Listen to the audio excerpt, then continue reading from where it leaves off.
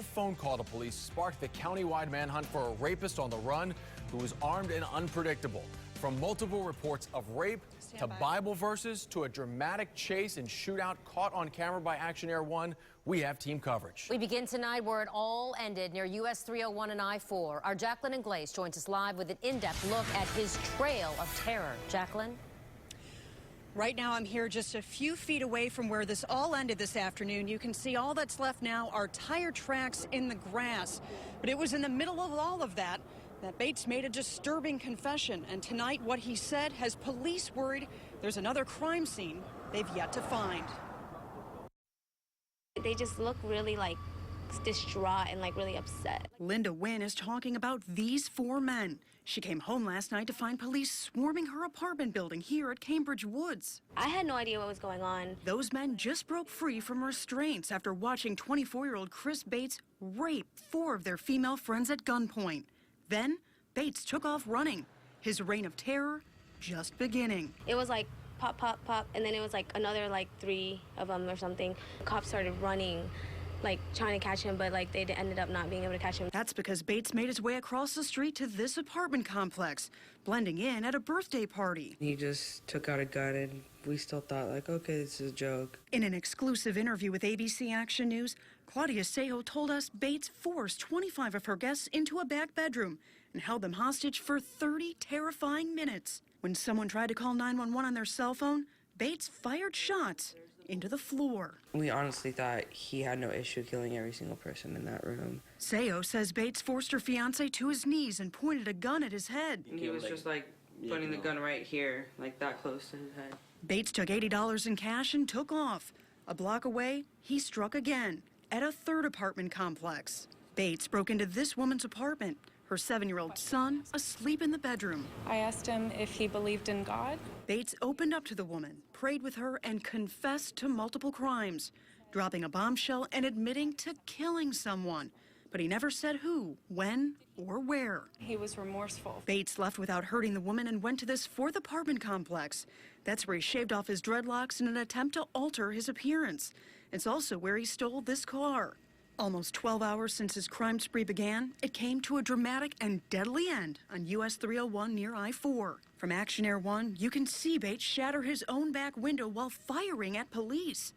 When he lost control of the car and spun out, he came face to face with officers, where an intense gun battle went down. More than 100 rounds fired, piercing both cars with bullets. Bates's family watched it all unfold from their home in Lakeland, his stepfather witnessing the shots that ended Bates's life. It's devastating.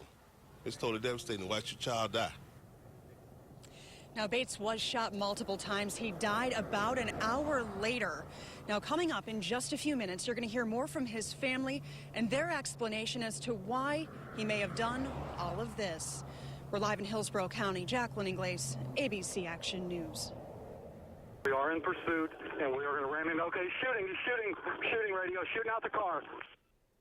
Tonight, we're giving you a first-hand account as authorities track down Bates. Our Chris Trankman takes us through the final moments of the dramatic chase that ended that trail of terror. All right, we're ready. If he flees, we'll be right behind you. The chase began at a normal speed. Making a right-hand turn, it's going to be heading southbound on Highway 301. Southbound on 301. And we are videoing, and we are down Lincoln. But quickly, Charlie Bates floored it, blowing past other cars on the roadway. All right, lights on. He's accelerating. As Bates weaves in and out of traffic, his pursuers make the decision that he's too much of a danger to allow on the highway. You need to take that vehicle out as the second you get an opportunity. Ram him. Copy that. TPD 951, we are in pursuit, and we are going to ram him. Okay, shooting radio, shooting out the car. With his rear windshield shattered, Bates continues flying down US 301 while shooting at law enforcement. Shots fired, I'll call. Aviation, take the call. The police cruiser collides with the sedan, sending it spinning out of control into the center median and then back across 3 lanes in front of the Waffle House parking lot, where the shootout begins. Motor 15, signal 3, shots fired. Right in front of the Waffle House. Shots are being fired still. All right, everything friendly, sir. From another angle, you can see one of the officers sneak around the back of his cruiser, avoiding the gunfire. Officers carefully approach the sedan, guns drawn. Stand by. They're pulling him out now. They're pulling him out of the vehicle now. Stand by. EMS 1018 radio. EMS 1018. Multiple gunshot wounds. Multiple gunshot wounds. Bates, meanwhile, did not survive the gun battle. Multiple rounds. But every officer's 10-4 at this point. Chris Trankman, ABC Action News. One question still unanswered tonight. Bates' relationship with a woman whose home where he stopped to change his appearance and whose car he took off with. We showed up to that home tonight and spoke to a woman going to visit her. She tells us the unidentified woman is Bates' ex-girlfriend, but she declined to speak with us on camera. Meanwhile, Bates' family was stunned as they watched him battle with police on live television.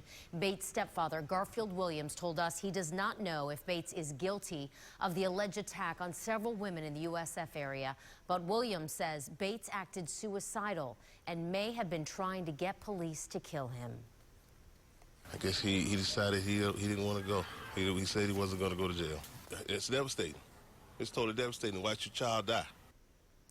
Bates had prior arrests for domestic violence and carrying a concealed weapon, but those charges were dropped. And last week, he finished a court-ordered drug treatment program for marijuana possession.